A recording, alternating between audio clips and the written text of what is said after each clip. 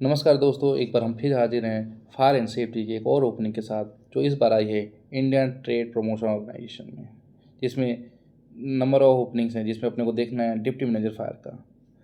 इसमें एक चीज़ का आपको ध्यान रखना है कि आपने यूपीएससी 2023 का सेंट्रल आर्म पुलिस फोर्सेस का एग्ज़ाम क्वालिफाई किया हो। आगे बढ़ते हैं, इसका इसेंशियल क्वालिफिकेशन देखते हैं। तो इसमें आपको देखने को मिलेगा, एक चीज़ का इसमें आपको ध्यान रखना है, यह पोस्ट शेड्यूल कास्ट कैटेगरी के रिजर्व है। इसमें इसका एजुकेशन क्वालिफिकेशन देखेंगे तो आपके पास साइंस की डिग्री होनी चाहिए, साथ ही साथ एडवांस डिप्लोमा होना चाहिए नेशनल फायर सर्विस कॉलेज से, या फिर आपके पास बी या बीटेक होना चाहिए फायर इंजीनियरिंग में, या फिर आपका इंस्टीट्यूट ऑफ फायर इंजीनियरिंग से ग्रेजुएशन होना चाहिए, या फिर आपके पास मेंबरशिप होनी चाहिए institute of fire engineers UK से। एक्सपीरियंस के बारे में देखेंगे तो आपको 5 ईयर ऑफ एक्सपीरियंस होने चाहिए सिविल या डिफेंस किसी भी फील्ड में। उसमें से एक चीज़ ध्यान रखना है, 3 साल का आपका एक्सपीरियंस जो है as a capacity of station officer होना चाहिए किसी भी लोकेशन पे। एज लिमिट इसमें 35 ईयर है, पर चूंकि ये SC कैटेगरी रिजर्व है तो आपको इसमें 5 ईयर का और एग्जाम्शन मिल जाएगा।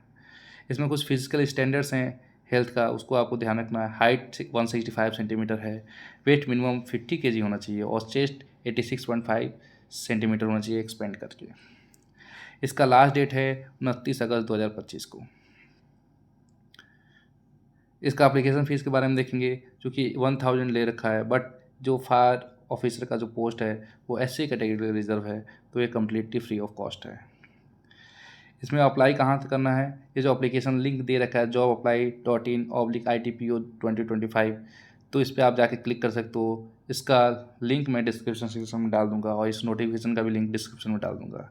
जब भी आप फॉर्म भरने जाएँ तो एक चीज़ का ध्यान रखें, आपके पास पासपोर्ट साइज़ फ़ोटोग्राफ होना चाहिए with signature, date of birth का प्रूफ होना चाहिए जो आप 10th का मार्कशीट यूज़ कर सकते हो, एजुकेशन क्वालिफिकेशन होना चाहिए, आपके पास जो कैटेगरी का आपका SC कैटेगरी का कास्ट सर्टिफिकेट है वो होना चाहिए, और जो 2023 का स्कोर कार्ड है यूपीएससी सेंट्रल आर्म फोर्सेस का वो होना चाहिए, और जो भी आपके पास एक्सपीरियंस सर्टिफिकेट है वो होना चाहिए। एंड आपको ध्यान देना है, अगर आप किसी गवर्नमेंट एम्प्लॉई हो, पब्लिक सेक्टर में जॉब कर रहे हो, तो आपके पास नो ऑब्जेक्शन सर्टिफिकेट होना चाहिए।